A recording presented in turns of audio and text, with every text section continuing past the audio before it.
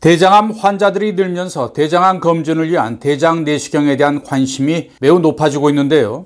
하지만 대장 내시경 검진을 꺼리는 분들이 많습니다. 가장 큰 이유는 검사 전에 복용하는 장정결제에 대한 부담감 때문인데요.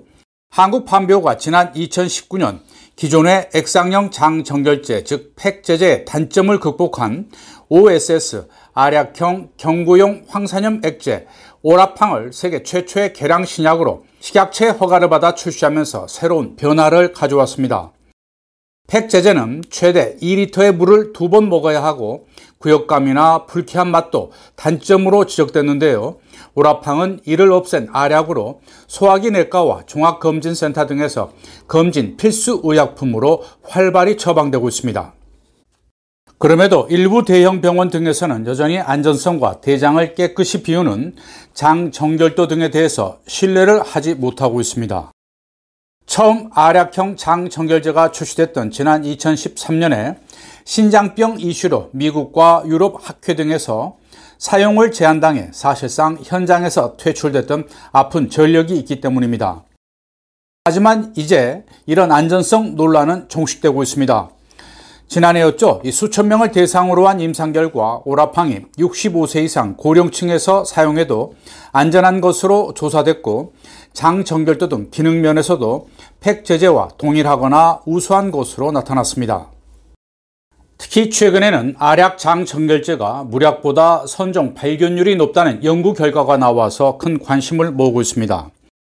서울대 강남센터 송지연 교수는 지난 2월 10일에 열린 한국판비호 팡팡 심포지엄에서 2019년 3월부터 2년간 기존 장정결제로 쓰이던 팩제제를 복용한 9,199명과 오라팡을 복용한 7,772명을 비교한 임상 결과를 발표했는데요.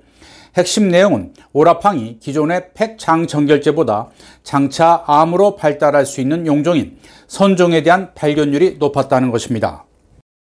발표 내용에 따르면 오라팡의 장정결도는 97.2%로 팩제제의 95%보다 높았습니다. 또 용종 발견율이 오라팡은 56%로 팩제제의 50.8%보다 유의미하게 높았으며 대장암 발달 위험이 높은 선종 발견율도 오라팡이 34.5%로 30.7%의 팩제제보다 높은 것으로 분석됐습니다. 특히 내시경에서 쉽게 발견되지 않는 톱니형 용종 발견율은 오라팡이 5.2%로 팩제제의 3.3%보다 높았습니다. 송 교수는 오라팡은 장정결도, 용종 발견율, 선종 발견율 등의 우수한 효과를 보여서 대용량 장정결제의 복용에 어려움을 겪는 사람들에게 좋은 대안이 될 것이라고 밝혔습니다. 이번 임상 결과를 담은 논문은 최근에 국제학술지인 소화기학과 간장학 저널에 게재됐습니다. 한국판비호 남봉길 회장은 대장 내시경의 가장 큰 목적은 암을 발견하는 데 있습니다.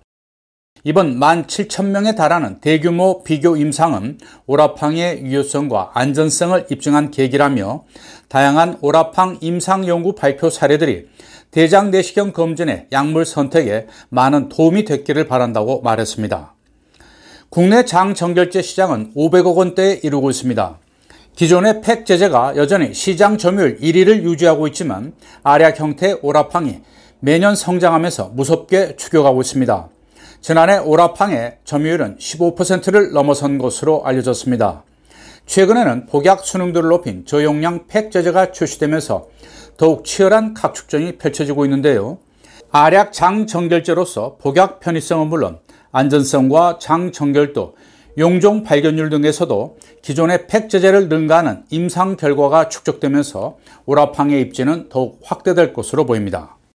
다만 보험급여 등재와 후발주자들의 특허 도전 등 풀어야 할 과제도 있습니다.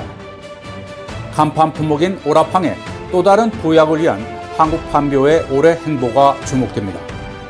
여러분 고맙습니다.